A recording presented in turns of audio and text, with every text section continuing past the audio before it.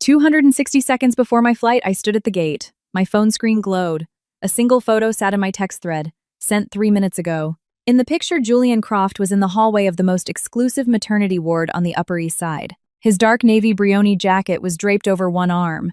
The sleeves of his white dress shirt rolled to his elbows, revealing the Patek Philippe watch I'd given him. He was bent slightly at the waist, both hands braced against the doorframe of a delivery room. The lines of his face were taut with tension, his brow creased into a tight knot. It was an expression he only wore under extreme stress. 3 years of marriage. I had seen him scowl. I had seen him smirk with derision. I had seen him turn his head away in annoyance. But I had never, not once, seen him this tense for a woman. Inside that delivery room was Natalia Rossi, his high school sweetheart, his first love, the woman he'd held a torch for over a decade. And now, she was giving him a child. Another message came through from Mr. Davies, Julian's executive assistant. The tone was cautious. Mrs. Croft, Miss, Rossi was just taken into the delivery room. They're expecting a natural birth. Mr. Croft is waiting outside. He silenced his phone and asked not to be disturbed by anyone. I read the message and let out a soft, humorless laugh. Not to be disturbed. Today was March 15th, mine and Julian Croft's 3rd wedding anniversary. When he left the penthouse this morning, he didn't even look at me. "I have a dinner meeting tonight, don't wait up," was all he'd said before grabbing his briefcase and walking out. The front door slammed shut behind him, leaving the foyer light on. At that moment, I was standing in the kitchen, personally pan-searing the wild-caught scallops he loved. The temperature of the oil was perfect. The scallops sizzled in the pan. The fragrant aroma filled the dining room. The table was set with a new linen tablecloth, and in the center sat a bouquet of white roses I'd had flown in from a specialty grower in the Netherlands 3 days ago. I finished searing the scallops, arranged them on a bone china plate, drizzled them with a lemon butter sauce, and carried them to the table. Then I sat alone and waited for 3 hours. The food grew cold. The roses bloomed in silence. Outside the window, the lights of Manhattan began to glitter one by one. I picked up my phone and opened my chat with Mr. Davies. "Where is he?" I texted. 3 minutes later, the photo arrived. Delivery room Natalia Rossi childbirth. The 3 phrases twisted together, not like a sharp knife, but like a dull, rusty blade, plunging slowly into my heart. I put down my fork and one by one scraped the food from the towel into the trash can. The scallops, the red wine-braised short ribs, the cod with a citrus glaze, the black truffle pasta. All his favorites. All made by me. When I emptied the last plate, the trash bin was full. The kitchen lights were bright. I stood under them and did not shed a single tear. Then I went upstairs and into the dressing room. From the very back of my closet, I pulled out a large manila envelope. The envelope had been given to me 6 months ago by my lawyer, Miss Sharma. Inside were 7 notarized affidavits, 3 sets of bank transaction records, 2 sets of dashcam video stills, and a signed divorce agreement. On the final page, Julian Croft's signature line was still blank, but it didn't matter. For the past 6 months, like an outsider observing a siege, I had been calmly and methodically dismantling the fortress I had built myself. We are now commencing the boarding process for Air France Flight AF7 to Paris. Will all passengers please make your way to Gate B23? The announcement pulled me back to reality. The airport lighting was harsh, a cold white light pouring down from above. Travelers bustled past me, pulling their roller bags. Some walked with purpose. Others shared reluctant, lingering hugs with those seeing them off. I rose from my seat, took the handle of my own suitcase, and walked toward the gate.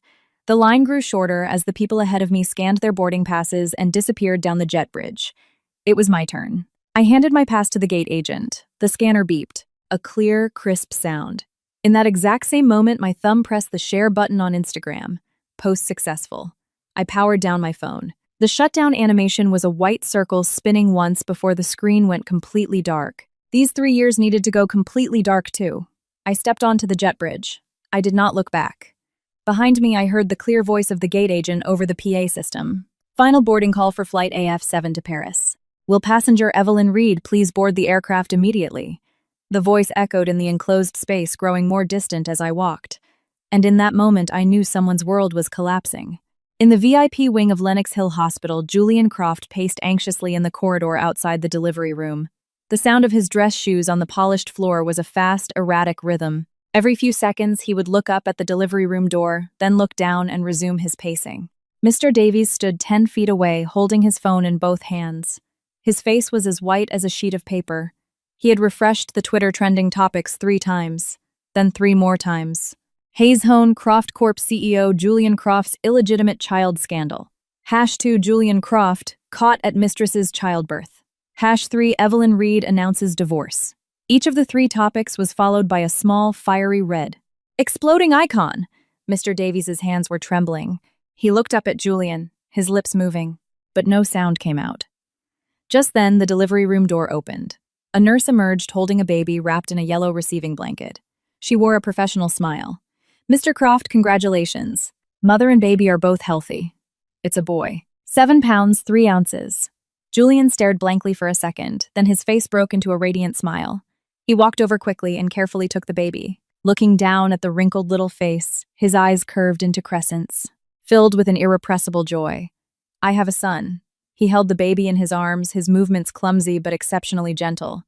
One hand supported the baby's head, the other cradled the bottom of the blanket. The baby squirmed in his arms, letting out a soft, reedy cry. Julian turned to his assistant, his smile even wider. "Davies, look at my son." His voice stopped abruptly. He had seen Mr. Davies's face. There wasn't a shred of joy on it. He was pale, as if he'd just walked out of a morgue, his lips trembling, the corners of his eyes red. Julian's brow furrowed. "What is it?" Mr. Davies opened his mouth, but his voice was strangled, as if squeezed from his throat. "Sir, your phone. Please look at your phone." "What phone can't you see? I'm holding my son." Julian turned away in annoyance, his gaze returning to the baby. He gently touched the baby's tiny fist with his finger. "Hey there. Say data." Sir Mr. Davies' voice suddenly rose, cracking with strain. "Mrs. Croft." She posted on Instagram. "She's revealed everything." Julian's movements froze. He slowly lifted his head. The smile was still on his face, but it was frozen a grotesque mask. "What are you talking about?" Mr. Davies held out his phone, the screen facing up blindingly bright. Julian, holding the baby with one arm, took the phone with his other hand. The moment his eyes fell on the screen, his pupils contracted violently. Trending #2. Croft Corp CEO Julian Croft's illegitimate child scandal. Trending #2. Julian Croft caught at Mistress's childbirth. Trending #3.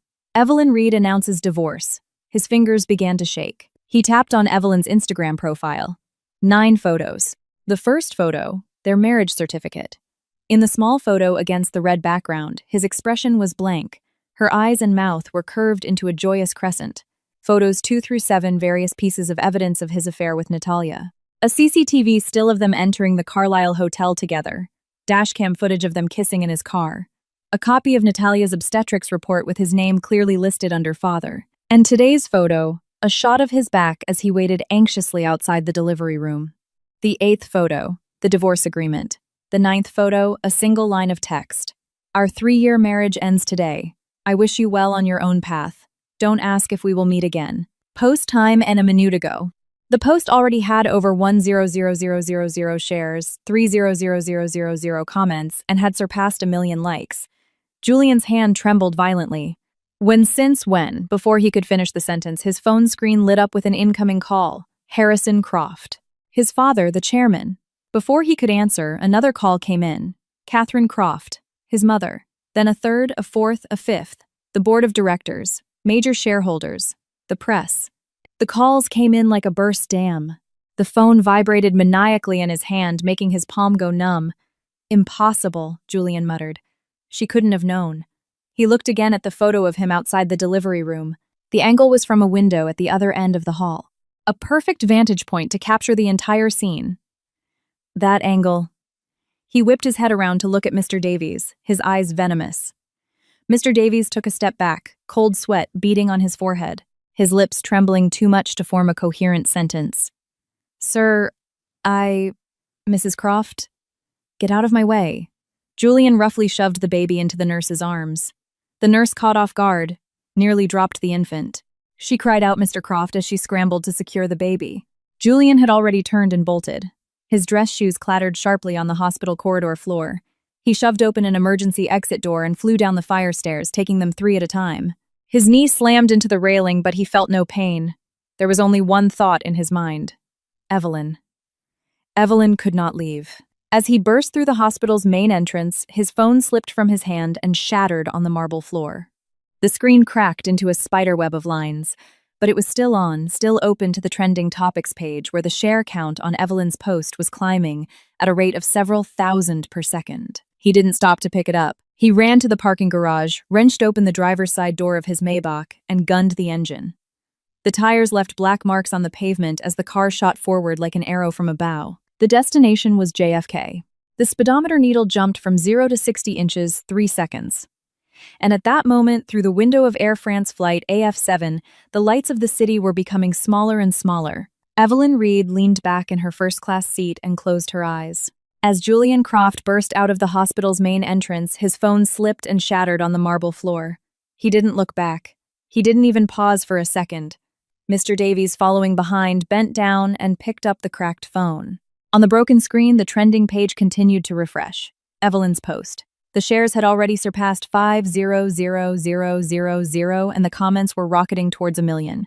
Mr. Davies's fingers trembled. He looked up towards the parking garage. He only caught a glimpse of the taillights of Julian's black Maybach flashing once before disappearing past the hospital gates. The nurse stood frozen in front of the delivery room door holding the baby. She looked down at the infant in her arms, then at the empty corridor, murmuring in disbelief. He just left. The delivery room door opened again, and Natalia Rossi was wheeled out on a gurney. Her face was pale wisps of hair stuck to her forehead with sweat. Her lips were purplish from the strain. But there was a smile on her face, the triumphant, smug smile of a victor. She had given birth to Julian Croft's son. From this day forward, she was the future. Mrs. Croft, the matriarch of the Croft Corporation. "Where's Julian?" Natalia's voice was weak but urgent. She struggled to lift her head, looking around. Where is he? The baby? Did he see the baby? The nurse, her expression complicated, brought the baby to her. Natalia reached out to take him. Looking at the wrinkled little face, her eyes grew misty, the smile on her lips impossible to hide. "Oh, baby, Mommy's here. Daddy must be so happy he doesn't know what to do." No one answered. The corridor was eerily quiet. Natalia finally sensed something was wrong. She looked up, her gaze sweeping over everyone present. The nurse's evasive eyes, Mr. Davies's ashen face, and that phone in his hand, its screen cracked, but still vibrating. "What is it?" Her voice changed, the smile slowly fading from her face. "What happened?" Mr. Davies took a deep breath and walked towards her. He handed her the broken phone.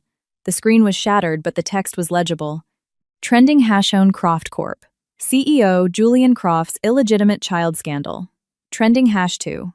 Julian Croft caught at Mistress's childbirth. Trending #3. Evelyn Reed announces divorce. Natalia's fingers suddenly clenched. The baby fussed uncomfortably in her arms. She quickly opened Evelyn's Instagram. She scrolled through the 9 photos one by one.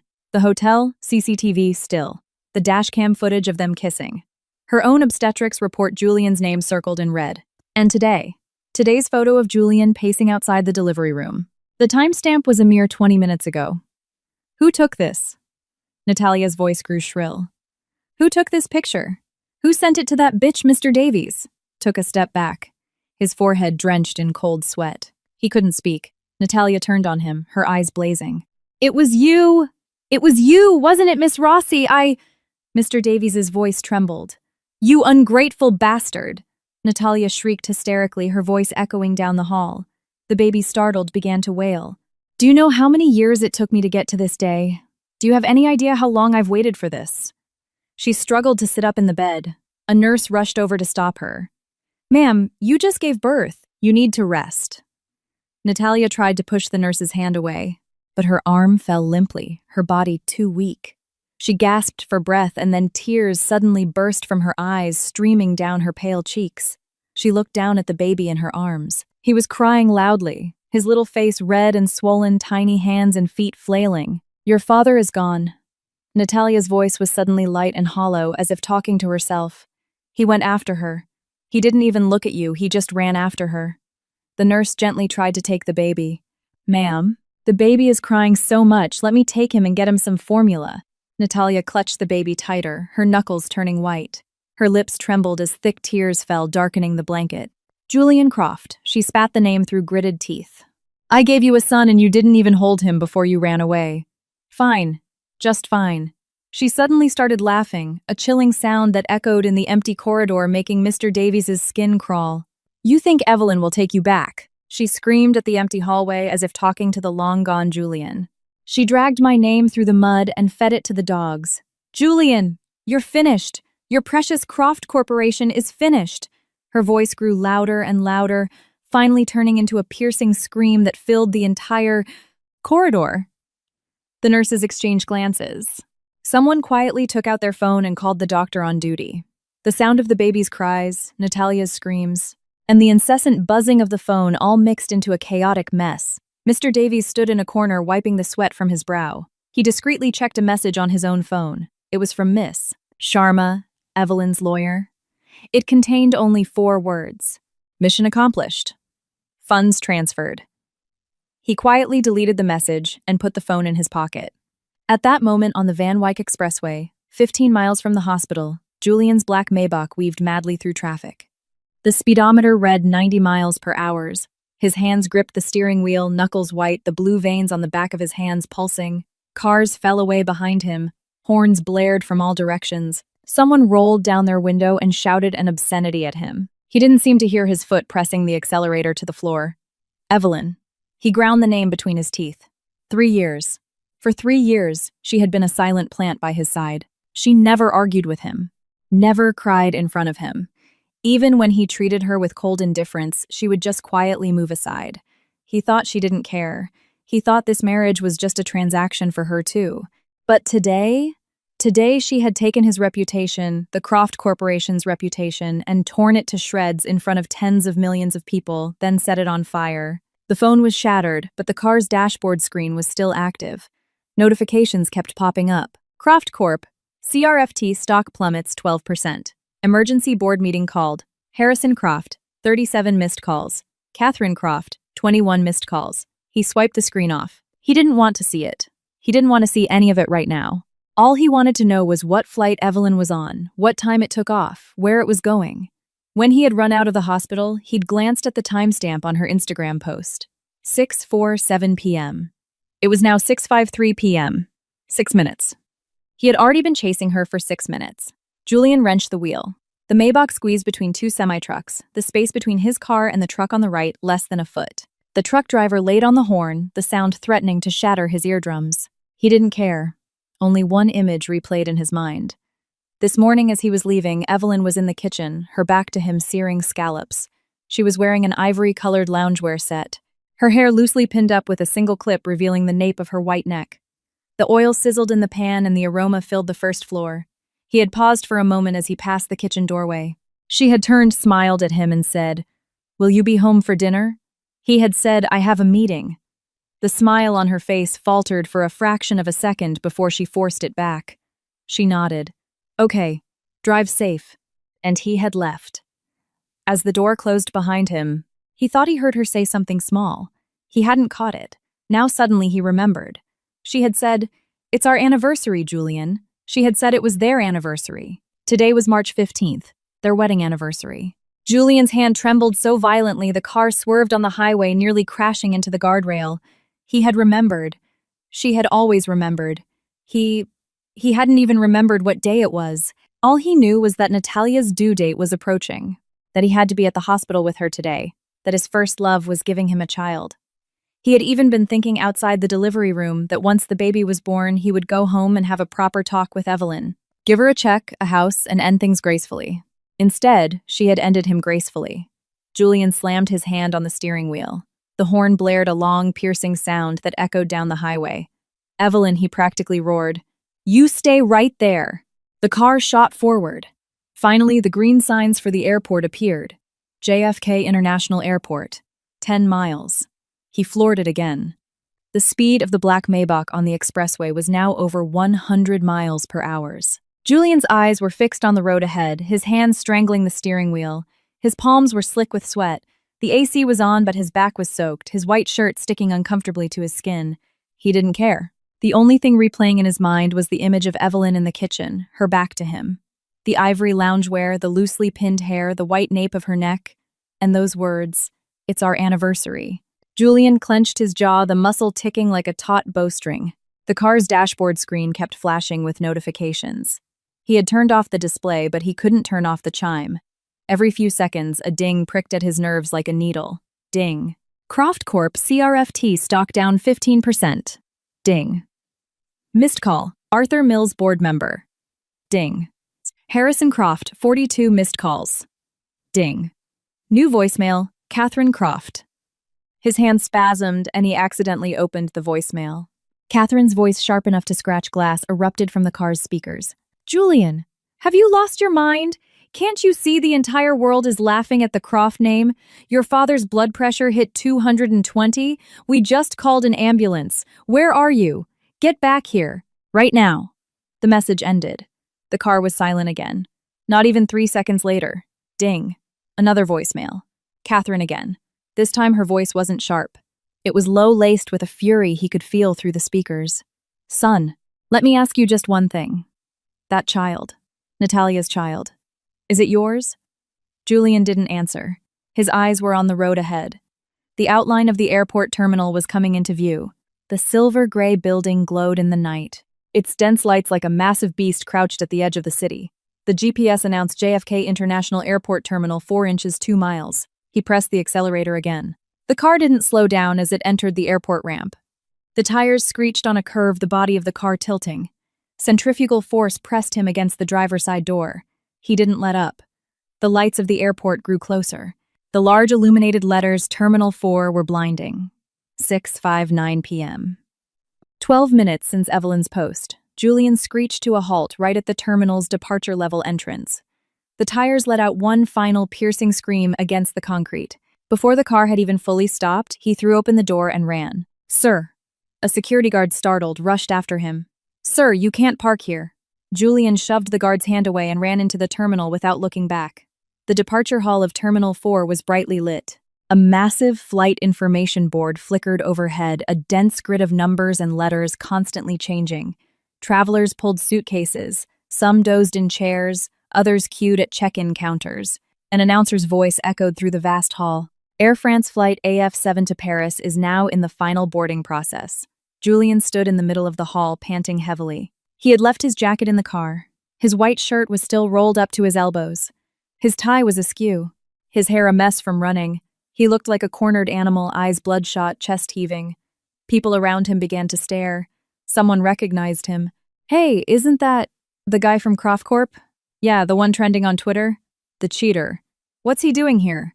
Wasn't he at the hospital with his mistress where Let Me See phones were raised? Cameras pointed at him. Julian didn't notice. His eyes frantically scanned the flight information board. 6 p.m., 7 p.m. Paris. He found it. AF7. Dest Paris CDG. Sked. Departure 7:05 p.m. Gate B. 23. Status boarding. Boarding. The word hit his eyes and his heart felt like it was seized in a fist. There was still a chance. She hadn't left yet. He broke into a run. From the departure hall to Gate B23, he had to pass through security, the duty-free area, and a long concourse. It was a 15-minute walk at a normal pace. Julian ran. His dress shoes pounded on the marble floor, each step a heavy thud that echoed in the corridor. He pushed past people, knocked over a standing advertisement. The sign crashed to the floor, and a cleaning lady screamed. Sorry, excuse me, out of the way. His voice was hoarse, a metallic taste in his throat. The sign for Gate B23 came into view. 200 yards. 100 yards. 50 yards. He burst into the gate area and his steps came to a sudden halt. Gate B23 was empty. A single gate agent was tidying up paperwork at the counter. Hearing the footsteps, she looked up, startled to see a disheveled, sweat-soaked man run in. Sir, can I help you? Julian's voice was practically a shout. The flight to Paris I need to board. The agent stared for a moment, then glanced at her computer screen before looking back at him. Her eyes held a mixture of confusion and apology. I'm sorry, sir. Boarding for flight AF7 is now closed. Julian staggered as if struck by a physical blow. No, that's impossible. The board said, boarding. The agent pointed to the information screen above her head. He looked up. The status for AF7 had just switched from boarding to gate closed. The time now read 1900 exactly. The aircraft door has just been closed. The agent's voice was polite but distant. The plane will be pushing back shortly. I'm very sorry, but you cannot board. Julian stood frozen to the spot. The people who had been following him, filming him, now arrived. They held their phones high. Cameras trained on his back. They whispered, they live-streamed, they laughed. He missed it. Serves him right. Too late for regrets now. I'm live, people. Everyone screenshot this. The CEO of Croft Corp's airport dashed the drama of the year. Julian suddenly spun around, pushed past the gawkers, and ran to the massive glass wall of the concourse. Outside, the tarmac was lit up like day. A Boeing 777 bearing the Air France livery was being slowly pushed back from the gate by a tug. The airline's logo glittered under the lights. The flight number AF7 was clearly visible on the tail. Julian pressed both hands against the glass, all his strength seeming to drain out of him. He could only watch as the plane moved further from the gate, turning towards the taxiway, getting smaller and smaller. The navigation lights on its wingtips blinked, like cold eyes winking at him in the darkness. Evelyn. His lips touched the glass. His hot breath fogged the cold surface. His phone was at the hospital. His car was abandoned at the departure curb. The whole world was watching him make a fool of himself. His father was in an ambulance because of his anger, and his company's stock had cratered. And he was standing here watching Evelyn's plane taxi to the runway, able to do nothing. Someone approached from behind. The footsteps were light, stopping about 10 feet behind him. "Sir?" It was Mr. Davies's voice. Julian didn't turn. Mr. Davies held something out. A new phone. The screen was on, displaying an active call. The caller ID read Anya Sharma. "It's Miss Sharma, Mrs. Croft's attorney," Mr. Davies said cautiously. "She says she has something to tell you." Julian slowly turned his gaze, falling on the phone screen. He took it and put it to his ear. An unfamiliar woman's voice, professional to the point of being cold, came from the other end. "Mr. Croft, good evening. My name is Anya Sharma. I am representing Miss Evelyn Reed. My client has given me full power of attorney regarding all matters of your divorce. The relevant documents will be served at the Croft Corporation headquarters tomorrow morning at 9 a.m. sharp. Miss..." Sharma paused for a beat. "And..." "My client asked me to pass along a message." Julian's hand holding the phone trembled. "What is it?" There was no waver in Miss Sharma's voice. "She said that for 3 years she cooked for you, but you never once sat down for a proper meal. She said she threw out the dinner she made you tonight, and from now on you'll never get to eat it again, even if you wanted to." The line went dead. The dial tone buzzed in his ear. Julian's hand slowly dropped to his side.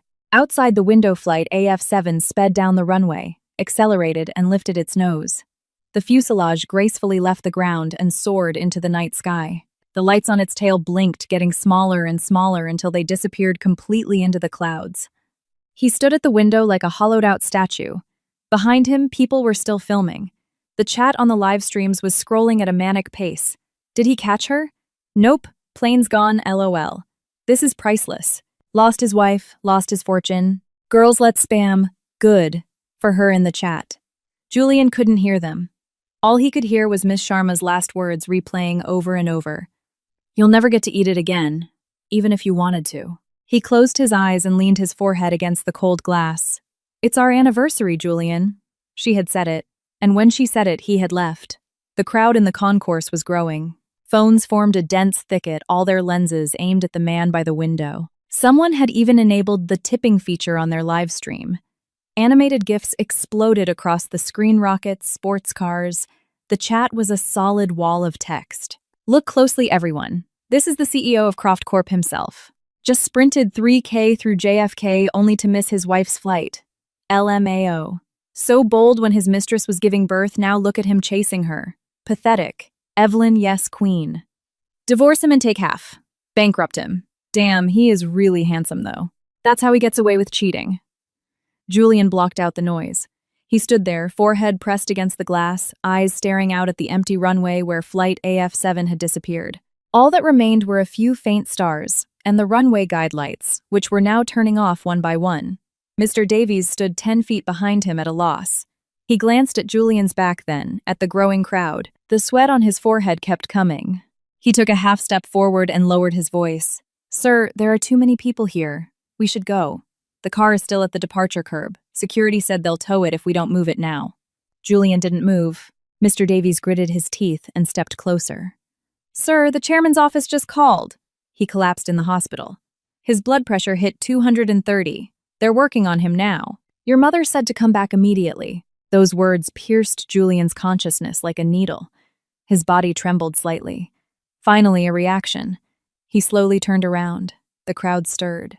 "He's turning around. Oh my God, his eyes are so red. Did he cry? He totally cried.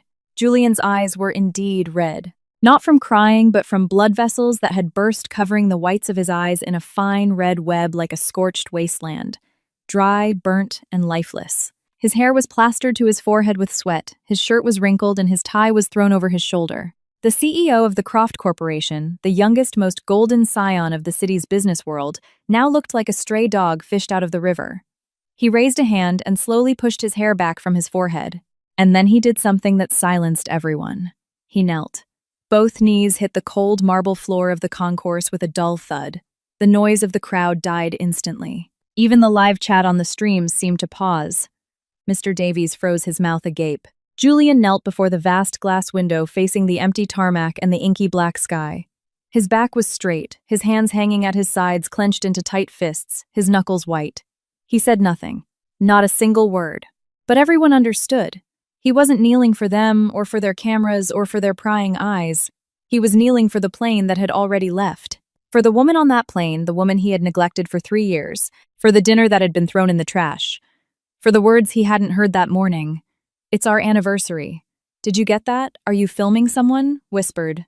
Rolling. "This is better than a movie." The live chat exploded again. He's kneeling. So what? Does that erase 3 years of neglect? Don't fall for it, ladies. A man's best acting is when he's on his knees. He does look pretty broken, though. Broken. He didn't look so broken when his mistress was having his kid. Julian knelt for 3 full minutes. Then he stood up. The movement was slow, as if his knees had locked.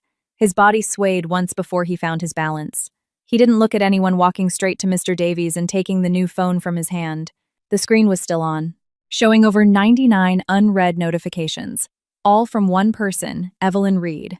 But they weren't messages sent to him. They were screenshots Mr. Davies had taken from Evelyn's private social media account. 3 years. 3 years of posts, all related to him. The first post. 3 years ago, March 15th. A photo of a hand holding a glass of red wine with a background of scattered rose petals. The caption, "Newlyweds." She had just married him then, her eyes brighter than the wine in her glass. The second post. June of that year. A photo of a plate of burnt scallops. The caption, "First time trying to make his favorite dish. A failure. He said he wouldn't eat it and to just have the housekeeper remake it. But I definitely saw a hint of a smile in his eyes. More practice needed." The third post. Thanksgiving that year. A photo of a table laden with food. Scallops, steak, fish. The plating was exquisite. The caption, "I made all this today." He finally took a bite. Just one bite. But he ate it, followed by 3 smiling emojis. The fourth post, winter of that year. No photo, just a line of text. He said he felt sick today. I spent 4 hours making him chicken soup. He took 1 spoonful and said it was too bland, and told the housekeeper to make another pot. He didn't eat her soup either. I drank all of mine. It wasn't bland at all. Really. The 5th, 6th, 7th? Julian scrolled through them one by one. His hands trembled more and more. Under every post, there were comments. Jokes from mutual friends, pity from her best friend, condolences from strangers.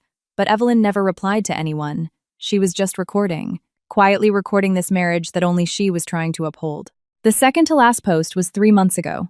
A photo of the cover of the divorce agreement. No caption. The last post was today. 6:46 p.m. No photo, no text. Just a single location tag. JFK International Airport, Terminal 4. Below the tag, the system had automatically displayed the distance. To Paris, 5,738 miles. Julian stared at that number, and then he started to laugh. The sound was squeezed from his throat, hoarse and dry, more painful to hear than crying. He laughed, and the corners of his eyes grew sore. He laughed, and the hand holding the phone shook violently. He laughed until he doubled over, like a beast that had been stabbed. 5, 7, 3, 8 miles. He whispered the number, his voice barely audible. You put yourself in exile 5, 7, 3, 8 miles away just to get away from me. Mr. Davies stood beside him, not knowing what to say. He could only bow his head and pretend to look at the floor. Julian handed the phone back to Mr. Davies. His eyes were blood red, but he hadn't shed a tear. Let's go, he said just those 2 words and turned to walk toward the terminal exit. The crowd parted for him. The phone cameras followed his back all the way to the departure curb. Julian's Maybach was still there, parked crookedly, the driver's side door wide open, the key still in the ignition. A security guard was on his phone, but seeing Julian approach, he quickly hung up and walked over. "Sir, this car." Julian pulled his wallet from his pocket and pressed a thick wad of cash into the guard's hand. "Have it towed. Anywhere." With that, he opened the back door and got in, leaning back against the seat and closing his eyes. Mr. Davies quickly got into the driver's seat and started the engine. The car slowly pulled away from Terminal 4. The crowd behind them was still filming the live chats, still scrolling, but Julian could no longer see them. He leaned back in his seat, eyes closed. The streetlights flickered across his face, light and shadow. His lips moved. Mr. Davies glanced in the rearview mirror but couldn't hear what he was saying. In fact, he was speaking. "It's our anniversary, Julian." Julian had finally heard it. But the person who said it was already 30000 feet in the air, 5738 miles away on a one-way flight to Paris. Lenox Hill Hospital VIP wing. Natalia Rossi lay in her hospital bed, staring blankly at the ceiling. The baby had been taken away by a nurse, leaving her alone in the room. The IV dripped one drop at a time, and the monitor by her bed beeped rhythmically. She had been in this position for nearly 20 minutes, ever since Julian had run out. Ever since she had screamed herself hoarse, thrown pillows, and smashed the water glass from her bedside table. Then she had fallen silent as still water. Her phone lay beside her pillow, screen down. She didn't have the courage to look at it. She didn't have the courage to see the trending topics, the comments, to see how tens of millions of people were cursing her. Mistress, homewrecker, gold digger. She knew the words they would use without even looking. But she had never imagined that the person who would detonate all of this would be Evelyn Reed. Evelyn. In Natalia's memory, that woman was always a faint shadow. In the 3 years she was married to Julian, she never attended any social events, never appeared at society galas. Even at the Croft Corporation's annual parties, she rarely showed her face. When she was photographed, she was always looking down, following behind Julian. Her clothes were understated, her smile faint, like smoke that could dissipate at any moment. Natalia had never considered her a threat. What right did a woman from a modest family with merely decent looks and a docile personality have to sit in the position of Mrs. Croft? She, Natalia Rossi, was the one who grew up with Julian, the first girl he ever held hands with, the name he called out when he was drunk. The position of Mrs. Croft should have been hers. So she had been patient. She had schemed slowly, drawing Julian back to her side. 3 years of late-night calls, accidental run-ins, and carefully curated text message screenshots sent by mistake. Last June, she got pregnant. The day she got the confirmation, she stood in front of the mirror and smiled for 10 minutes straight. With this child, Julian couldn't escape. But she had never thought that Evelyn wasn't smoke. Evelyn was a blade she had kept hidden for 3 years. When a blade is sheathed, no one knows its sharpness. Once it is drawn, it gives you no time to react. The door to the hospital room opened. A nurse came in holding the baby, a cautious look on her face. "Ma'am, the baby has been fed and burped. He's sleeping soundly now. Would you like to hold him?" Natalia slowly turned her head. Her gaze fell on the small body wrapped in the yellow blanket. Her son, the son she had carried for 10 months and endured 8 hours of labor for. She reached out and took him. His face was still wrinkled and reddish.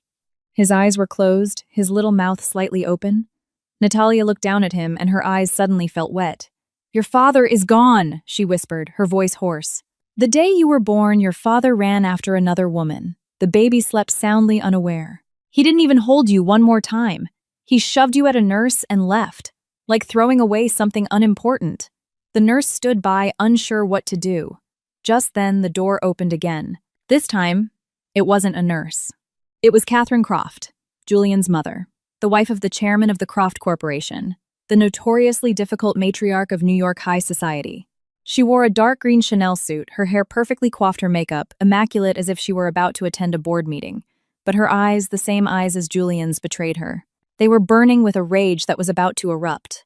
2 of the Croft Corporation's security guards followed her. Seeing her, Natalia instinctively clutched the baby in her arms tighter.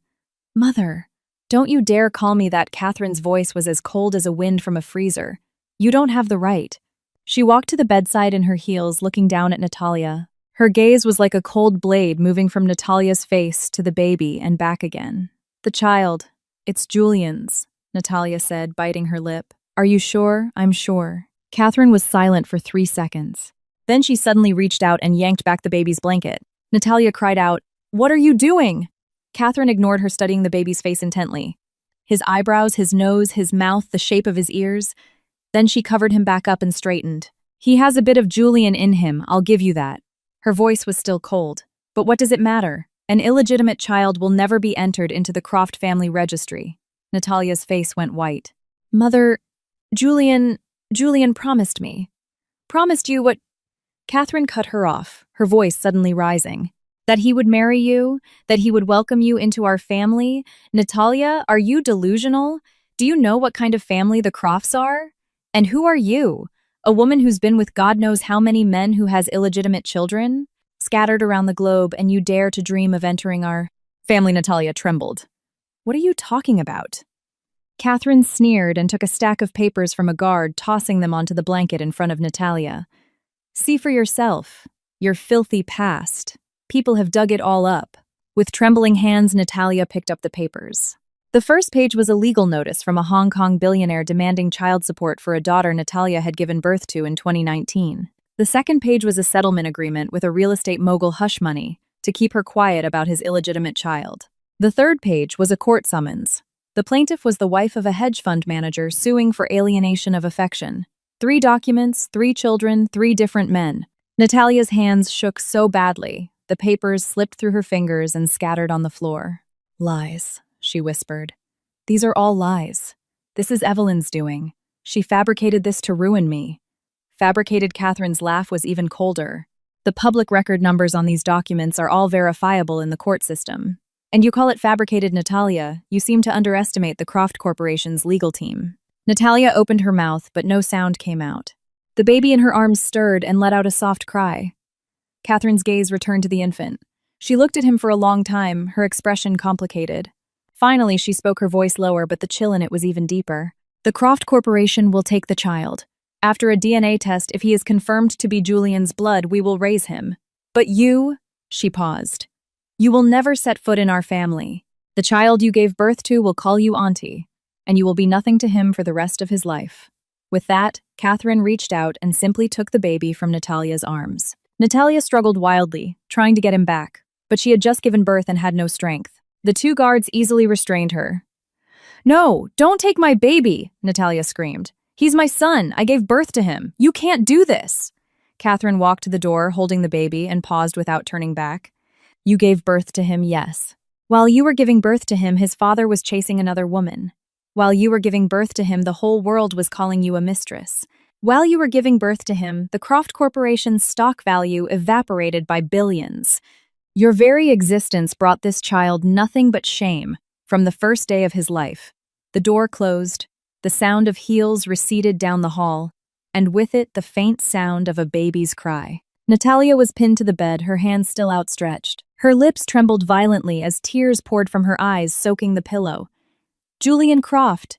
She squeezed the name from her throat, her voice like tearing fabric. "Julian Croft!" Her screams echoed through the VIP wing for a long time. As of tonight, she had nothing left. Julian was gone, her child was taken, and her past was laid bare for tens of millions to see. And the cause of all this was Evelyn Reed, the woman she had never once considered a threat. Natalia's screams slowly subsided into sobs, and then the sobs stopped. She lay on the bed, eyes wide open, staring at the ceiling, just as she had been 30 minutes ago. Except this time her eyes were completely empty. Air France Flight AF7 First Class. Evelyn leaned back in her seat, a glass of champagne in her hand. The amber liquid swirled bubbles rising in a steady stream to pop at the surface. She didn't drink, just watched them. Outside the cloud layer was a silver sea under the moonlight, vast and serene. A flight attendant approached. "Ma'am, shall I prepare your seat for sleeping?" Evelyn shook her head. "No, thank you. I'm not going to sleep." "Very well. Please let me know if you need anything." The flight attendant retreated. Evelyn set her champagne down and took her phone out of her bag. It had been off for hours. It felt cold and heavy. Her thumb hovered over the power button. She pressed it. The screen lit up with the Apple logo. A few seconds later, the home screen appeared.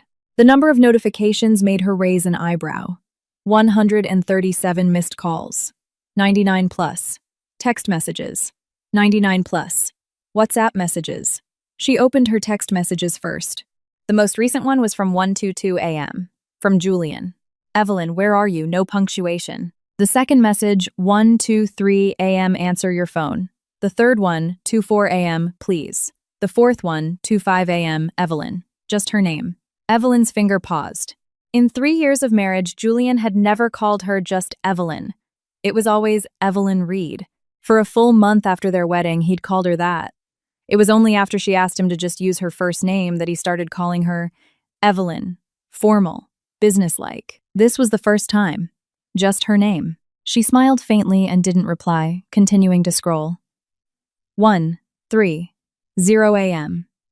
I've been sitting at the airport for 4 hours. 1:35 a.m. They tried to make me leave. I didn't go. 1:40 a.m. I bought a ticket for the next flight to Paris. It's tomorrow at 3 p.m. 1:45 a.m. I know you're on this flight. It's okay if you don't answer. I'm coming. Evelyn's finger stopped. The next flight. He bought a ticket. She opened WhatsApp. Julian's chat was at the top, showing 47 unread messages.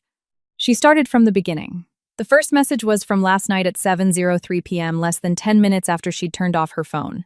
Evelyn, what is the meaning of that Instagram post? Explain yourself. Davies sent you that photo, didn't he? Did you buy him off? How long have you been investigating this? About 20 minutes later. I've left the hospital. I'm on my way to the airport. Your phone is off. You're doing this on purpose, aren't you? The tone began to change. Evelyn, let's just talk. Don't leave. It's been 3 years. You can't just leave without a word. You have to at least give me a chance to talk to you face to face.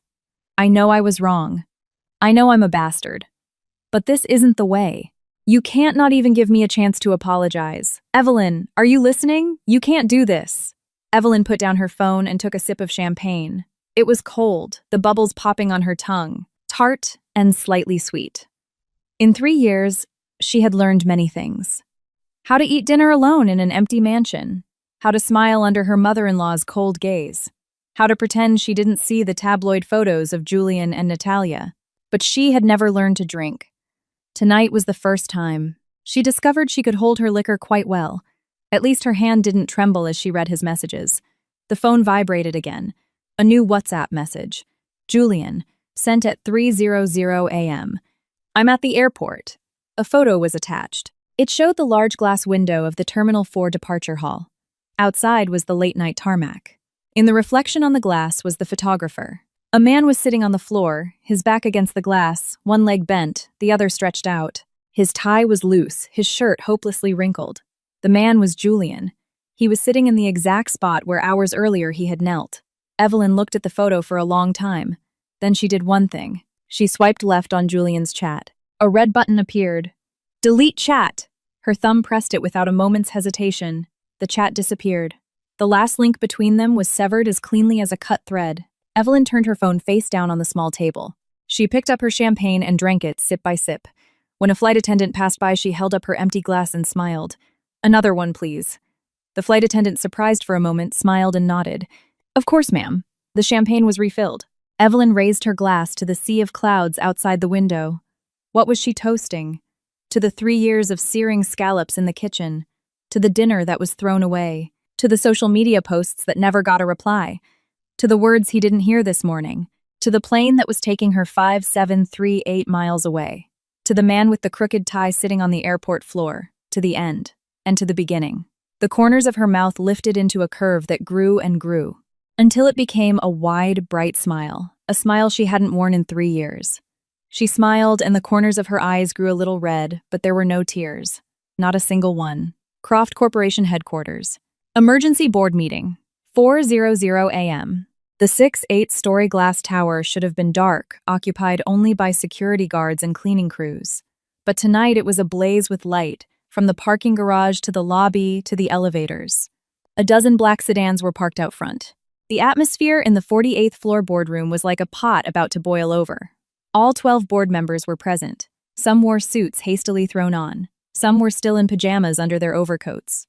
The ashtray in front of one director was already piled high with cigarette butts, but no one spoke. They were all waiting for 2 people. The first was Harrison Croft, founder and chairman of the Croft Corporation, Julian's father. According to his assistant, the chairman's blood pressure had shot up to 230 the moment the scandal broke. He had been rushed to Lenox Hill and had not yet been released.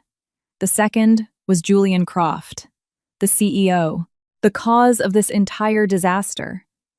And he had yet to show his face. The boardroom door opened. Everyone looked up. It wasn't Julian. It was Catherine Croft, vice chairwoman of the Croft Corporation, Harrison Croft's wife, Julian's mother. She had changed out of her green suit from the hospital into a black power suit. Her lipstick was a dark blood red. There were dark circles under her eyes that even concealer couldn't hide, but her gaze was as hard as steel. Two assistants followed her, carrying thick binders. Catherine walked to the head of the table to Harrison's seat. She stood behind it, her hands on the table, and swept her gaze over everyone present. The chairman is still in the hospital. I will be presiding over this meeting. No one objected. Catherine Croft was no mere figurehead. She had helped build this empire with Harrison from the ground up. First, the stock price. She began her voice devoid of emotion. As of 7:03 p.m. this evening, 16 minutes after Evelyn Reed's Instagram post, our stock began to plummet. As of market close 30 minutes ago, the Croft Corporation has lost $5 billion in market capitalization. The air in the room froze. $5 billion in 3 hours. Next public opinion, she continued, taking a folder from an assistant. Of the top 10 trending topics on Twitter, 6 are related to us. Number: Julian Croft affair. Number: Croft Corp scandal. Number: Evelyn Reed divorce. Number: CRFT stock crash. Natalia Rossi exposed. Julian Croft kneels. We are number 1 on every platform. She threw the folder onto the table. In 37 years, the Croft Corporation has never been this famous. A marketing director spoke up. Madam Vice Chair, our priority must be crisis management. I propose we issue an immediate statement claiming the photos are fabricated and the rumors are malicious. The photos are real, Catherine cut him off. The director fell silent. The CCTV stills are real, the dashcam footage is real, the paternity test is real. The picture outside the delivery room is also real. They are all my son's handiwork. Her voice was terrifyingly calm, so do not even think about denying it. A denial will only make things worse. What we need to do now is not deny, but separate. Separate, another director asked. How two fronts? Catherine held up 2 fingers. First, we establish that Julian Croft's personal actions are separate from the Croft Corporation. Effective immediately, we will issue a statement suspending Julian from his duties as CEO.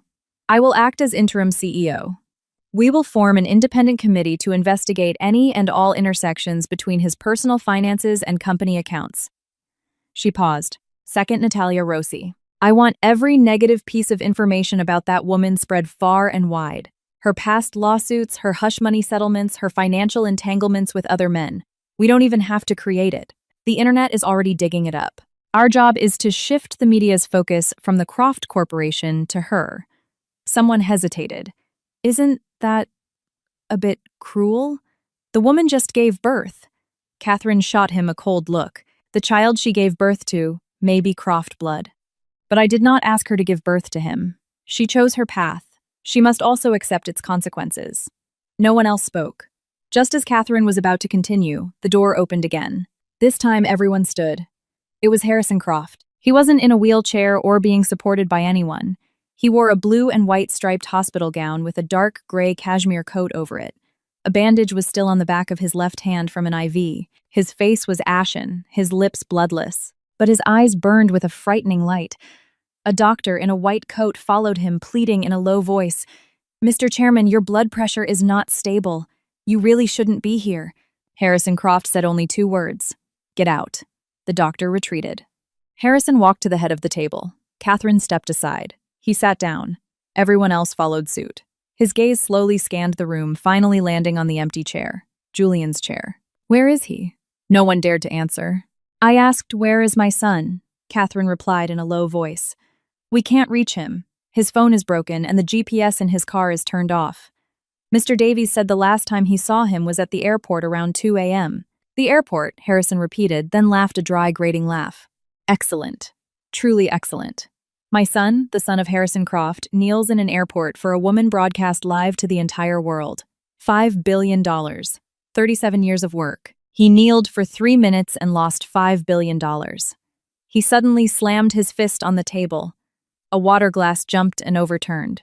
Find him. Drag him back here if you have to. If I find out he went to Paris after that woman. Before he could finish, his body swayed. Catherine rushed to support him. Harrison's hand gripped the edge of the table, his knuckles white. His lips trembled, and the color drained from his face at a visible rate. Catherine's voice changed. Get the doctor! Someone get the doctor! The boardroom descended into chaos. The doctor rushed back in, followed by a nurse with a crash cart. The room instantly transformed into an emergency ward. The EKG monitor began its shrill beeping. And Julian Croft, the man who had caused all of this, was sitting on the floor of the airport concourse, his back against the glass window. In his hand, he clutched a ticket to Paris. The flight was for 3 p.m. that afternoon. 10 hours to go. He didn't know his father was in critical condition. He didn't know his mother was shouldering the fate of the company for him. And he certainly didn't know that Evelyn had already deleted their chat. He only knew one thing. He had to find her. He had to go to her even if he had to kneel. Lenox Hill Hospital VIP wing. 5:00 a.m. The sky outside was still a dark navy blue. Natalia was awake. She had been lying in this position all night. After Catherine took the baby, she had screamed, cried, and broken things. A nurse had come in and given her a sedative, but after the drug wore off, she didn't make another sound. She just lay there, a breathing corpse. Her phone was back in her hand, the light from the screen illuminating her ghastly pale face. Her eyes were dry. Not a single tear left. She was reading the trending topics. The whole world was cursing her. Number Natalia Rossi exposed had climbed to number 3. Someone had dug up the lawsuit from 10 years ago with the Hong Kong billionaire.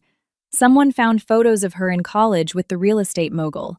Someone had even found the hospital records from when she had given birth to her first child, including a copy of the birth certificate. The name in the father field was not Julian Croft. It was all true. Everything she had hidden for a decade had been unearthed in a single night. Natalia's finger moved slowly over the screen. She read it all, expressionless. Then she made a call. It rang for a long time before it was answered by a sleepy, irritated male voice. Hello, who is this, Mr. Feldman? Natalia's voice was hoarse, but strangely calm. It's me, Natalia Rossi. There was a 2-second silence on the other end, then a rustling sound. Miss Rossi, do you know what time it is? I do? Natalia's gaze was still fixed on the ceiling. But my child has been taken from me, and my name has been dragged through the mud all over the internet for an entire night. Do you really think I can wait until morning to make this call? Feldman sighed. I've seen it. The news, the trending topics. What can I do for you? 3 things. Natalia's voice was like a dull knife grinding against stone. First, sue the Croft Corporation for child abduction. I gave birth to that child. Until a DNA test proves otherwise, they have no right to take him from me. The entire process of Catherine Croft storming my room with guards and taking the baby is on hospital CCTV, and the nurses are witnesses. We will win. Feldman was typing rapidly on the other end. Second, sue Julian Croft for fraudulent inducement to marry and demand palimony. Our relationship lasted for 3 years. I have all the evidence, texts, wire transfers, hotel records, call recordings. This wasn't just an affair. It was a long-term, stable cohabitation outside of marriage. We have sufficient grounds. Feldman stopped typing. Miss Rossi, are you sure you want to go this route? Once you file, there's no turning back. And given the situation, the Croft Corporation will use all its resources to fight you. I know. And third, Natalia cut him off. I will be demanding 10% of Julian Croft's personal shares in the Croft Corporation as child support. If they refuse, I will send a DNA sample from my son to every major news outlet in the country and let the world know that the heir to the Croft fortune is a child they stole. There was a long silence on the other end. When Feldman spoke again, his voice was tense. Miss Rossi, do you know what 10% of the Croft Corporation is worth? At the current market cap, that's over $3 billion. I know. I did the math, Natalia replied, her tone as casual as if she were discussing the weather. You're insane. Insane. Natalia laughed, a sound like nails on a chalkboard. Mr. Feldman, do you know what I gave up for Julian Croft?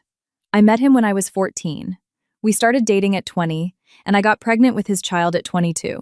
He told me then, Natalia, just wait for me. I'll talk to my family and come propose to you. Her laughter stopped. So I waited. I waited until his father sent him abroad, and when he came back, he had Evelyn Reed on his arm. Do you know what that feels like? To watch the man you've loved for a decade marry another woman. Feldman was silent. Then he came back to me. He said he didn't love Evelyn, that it was an arranged marriage for the family. He said I was the only one in his heart. I believed him. I spent another 3 years with him. I waited for another 3 years. Her voice dropped. And now I've given him a son. His legal wife has publicly humiliated him and run off. And his mother has barged in and stolen my child. And him, he's at the airport buying a ticket to Paris to chase after her. Natalia closed her eyes. 10 years, Mr. Feldman. The result of 10 years of waiting was him kneeling at an airport for another woman. Do you think I care about no turning back anymore? A long sigh came from the other end of the line. I understand. I've recorded your 3 requests. I'll draft the complaints as soon as the sun is up and have them filed before noon. But Miss Rossi, I have to warn you. Once these 3 lawsuits are filed simultaneously, public opinion might turn even more against you. I don't care. She hung up. The room was silent again. Natalia got out of bed, a searing pain shooting through her. She gritted her teeth, sweat beading on her forehead, and walked to the window, pulling back the curtains. The first light of dawn was breaking over the city. Her lips twisted into a strange curve. Julian Croft, she whispered, you want to win Evelyn back. Fine. Let's see if you still have the energy to chase her after you've been served. She walked to the window. The first rays of dawn hit her face. Evelyn, she said quietly to the light, you thought you could just tear me down and walk away. But you forgot one thing. Even a reputation in tatters can be stitched back together. When you get back from Paris, we'll see who has the last laugh. Paris Charles de Gaulle Airport, 6:00 a.m. local time. Flight AF7 landed smoothly. Outside, Paris was still asleep, the runway lights blurred in a light fog. Evelyn walked out of the jet bridge with a single carry-on. The air was cold, damp, and smelled of coffee and fresh bread. An old man in a corner played a French folk song on an accordion. This was the smell of life, and this time it belonged to her. She took a taxi. The driver understood her broken French and headed towards the address she gave him. The Eiffel Tower emerged from the golden morning mist. This was it. The taxi stopped in front of a Haussmann-style apartment building in Le Marais. She had bought it 3 months ago through Miss Sharma. A 6th-floor flat with a small wrought-iron balcony from which you could see the spire of Notre Dame. She hadn't been sure she would ever actually come, but she had bought it anyway. A retreat. An escape route. The apartment was small but beautifully appointed. White walls, hardwood floors, French doors leading to the balcony. The furniture she had picked out online was already in place.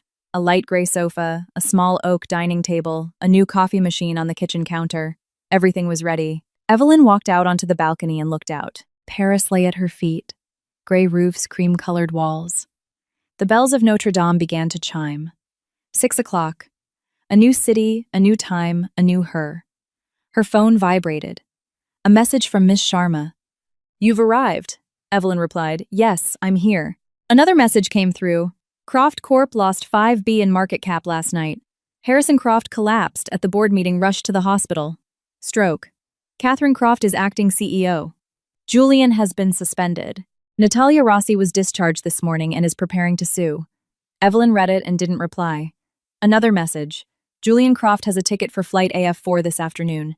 He's scheduled to land in Paris tomorrow morning at 6:30 a.m. Evelyn stared at the message for a long time. Then she typed, "What difference does it make if he comes, Miss Sharma? He'll want to see you." Evelyn, let him. Let him come. Let him find me, stand in front of me and say everything he wants to say. She paused, then continued typing. And then I'll close the door in his face. Miss Sharma sent back a thumbs-up emoji. Evelyn put her phone away and went inside. She unpacked her few belongings, some clothes, a pair of flat shoes, her passport, a bank card, and the manila envelope containing a copy of the divorce agreement, notarized asset transfer documents, and proof of ownership of 15% of Julian's personal shares in the Croft Corporation. She put the envelope in the bedroom safe and set a new combination 0315. Their anniversary and the day she left. Her phone rang. An actual call, not a notification. The caller ID read Julian Croft. She watched it ring. She didn't decline, but she didn't answer. It rang a dozen times and went to voicemail. 10 seconds later, it rang again. And again. On the 5th try, it stopped. A text message came through. I'm at the airport. 3 p.m. flight. I'll be in Paris tomorrow morning. It's okay if you don't want to see me.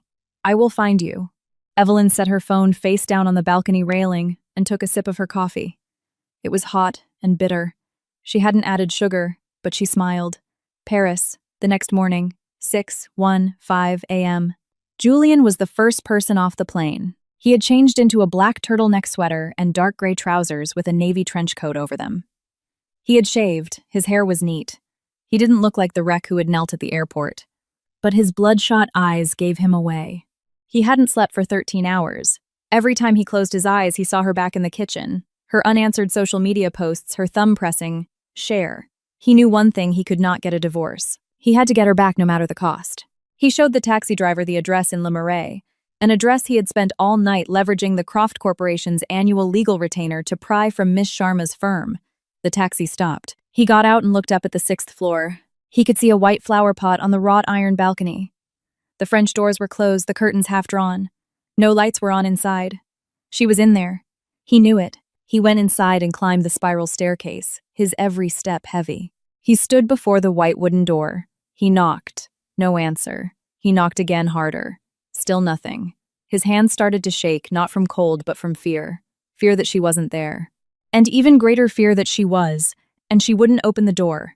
He called her number. It rang. Not off, not busy. It rang. And then she picked up. Silence. But he could hear her breathing soft and even. Evelyn, his voice was a raw whisper. It's me. I'm outside your door. Silence. I know you're in there. Please just open the door. Let's talk face to face. Just once. After we talk, if you still want me to leave, I'll go. Finally, a sound from the other side. Not a voice, but footsteps. Light footsteps moving from far away, getting closer, stopping right behind the door. And then a small window set in the door, a tiny peephole slid open. Evelyn's eyes were behind it. They were calm. Not an angry calm, but a true lake-like serenity. She looked at him for 3 seconds.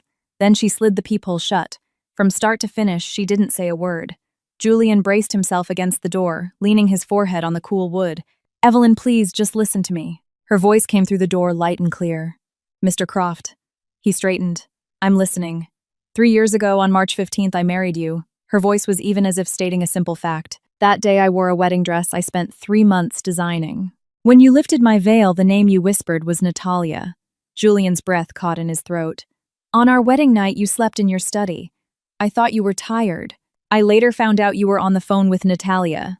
For 2 hours. Stop. On our first anniversary, I cooked a feast. You said you had to work late. I later saw the dashcam footage Mr. Davies sent me. You spent the entire night at Natalia's apartment.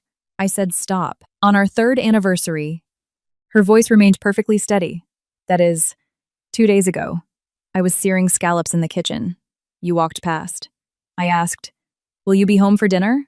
You said, I have a meeting. I said, it's our anniversary, Julian. You didn't hear me, did you? I heard you, he choked out. I heard you. A soft laugh came from behind the door, the sound piercing his ear like a needle. You heard me, and you left anyway. The hallway fell silent. Julian leaned his head against the door again, his shoulders shaking. I'm sorry, his voice was a strangled rasp. Evelyn, I am so sorry. No response. I was wrong, I'm a bastard. I was wrong to you every single day for 3 years. But please just give me one more chance. Just one. A chance for what? Her voice was suddenly closer, as if she were pressed right up against the door. Mr. Croft, what kind of chance do you want for me to forgive you? To go back to New York with you? To continue being Mrs. Croft? Julian opened his mouth. I'll give you all my shares in the company. I'll get rid of Natalia. What can you do? Her voice, still clear, was now sharp as a razor. Can you erase 3 years of neglect? Can you undo all the dinners I ate alone? Can you make it so I never posted those social media updates you never once saw? Her voice rose just a fraction, but that small shift hurt more than any scream. Mr. Croft, I posted 27 times. All about you.